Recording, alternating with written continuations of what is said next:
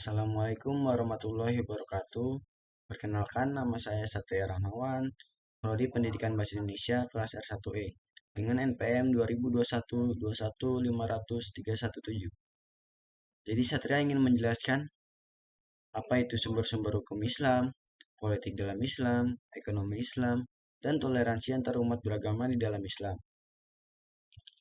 Nah, untuk yang pertama itu sumber-sumber hukum Islam. Untuk pengertiannya sendiri, hukum Islam atau syariat Islam adalah sistem kaidah-kaidah yang didasarkan pada wahyu Allah Subhanahu wa taala dan sunnah Rasul mengenai tingkah laku mukallaf atau orang yang sudah dapat dibebani kewajiban yang diakui dan diyakini yang mengikat bagi semua pemeluknya. Dan untuk sumber-sumber hukum Islam itu sendiri ada empat.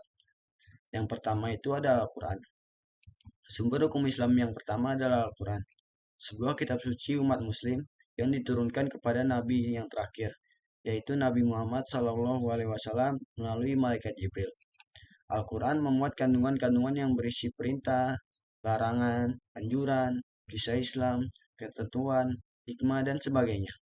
Yang kedua itu adalah al-hadis, yakni segala sesuatu yang berlandaskan pada Rasulullah SAW, baik berupa perkataan, perilaku, bahkan diamnya beliau. Di dalam hadis terkandung aturan-aturan yang merinci segala aturan yang masih global dalam Al-Quran. Yang ketiga itu ada ijma, adalah kesepakatan seluruh ulama mujtahid pada satu masa setelah zaman Rasulullah atas sebuah perkara dalam agama. Yang keempat itu ada qiyas, menjelaskan sesuatu yang tidak ada dalil nasnya dalam Al-Quran ataupun hadis, dengan cara membandingkan sesuatu yang serupa dengan sesuatu yang hendak diketahui hukumnya tersebut. Nah, untuk yang kedua itu ada politik dalam Islam. Nah, untuk politik ini sendiri sering dinilai sebagai sesuatu yang buruk, kotor, bahkan jahat. Padahal dengan politik, keadilan bisa diwujudkan. Dengan politik juga kesejahteraan masyarakat akan bisa didapat. Islam bukan hanya agama ritual, melainkan agama ideologi yang memiliki tatanan yang sempurna. Karenanya, Islam mengatur seluruh aspek kehidupan baik urusan keluarga, tata kemasyarakatan, prinsip pemerintahan, dan hubungan internasional. Islam dan politik adalah dua hal yang integral. Oleh karena itu, Islam tidak bisa dilepaskan dari aturan yang mengatur urusan masyarakat dan negara. Sebab Islam bukanlah agama yang mengatur ibadah secara individu saja, namun Islam juga mengajarkan bagaimana bentuk kepedulian kaum muslimin dengan segala urusan umat yang menyangkut kepentingan dan kemaslahatan mereka.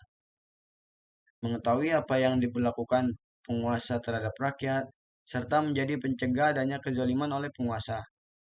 Nah, untuk yang ketiga itu ada ekonomi Islam. Selama ini ekonomi Islam juga kerap disebut dengan ekonomi syariah. Kedua istilah merujuk pada makna yang sama dan hanya berbeda pada pemakaian kata. Pengertian ekonomi Islam dan ekonomi syariah secara umum adalah ilmu yang mempelajari perilaku umat dalam usahanya memenuhi kebutuhan hidup dengan berdasarkan syariat atau nilai ketuhanan. Tujuan dari Tujuan utama dari sistem ekonomi Islam atau ekonomi syariah itu sendiri selaras dengan tujuan dari penerapan syariat atau hukum agama Islam, yaitu untuk mencapai tatanan yang baik serta terhormat, sehingga menciptakan kebahagiaan dalam lingkup dunia dan akhirat. Dan untuk yang terakhir itu ada toleransi antar umat beragama dalam Islam. Toleransi dalam Islam adalah autentik, artinya tidak asing lagi dan bahkan mengekstensi sejak Islam itu ada. Oleh karena itu, sifat yang organik. Maka toleransi di dalam Islam hanyalah persoalan implementasi dan komitmen untuk memperhatikan secara konsisten. Namun, toleransi beragama menurut Islam bukanlah untuk saling melebur dalam keyakinan. Bukan pula untuk saling bertukar keyakinan di antara kelompok-kelompok agama yang berbeda itu. Nah, toleransi di sini adalah muamalah atau interaksi sosial. Jadi ada batas-batas bersama yang boleh dan tak boleh dilanggar. Inilah esensi toleransi di mana masing-masing pihak untuk mengendalikan diri dan menyediakan ruang untuk saling menghormati keunikannya masing-masing tanpa merasa terancam keyakinan maupun hak-haknya.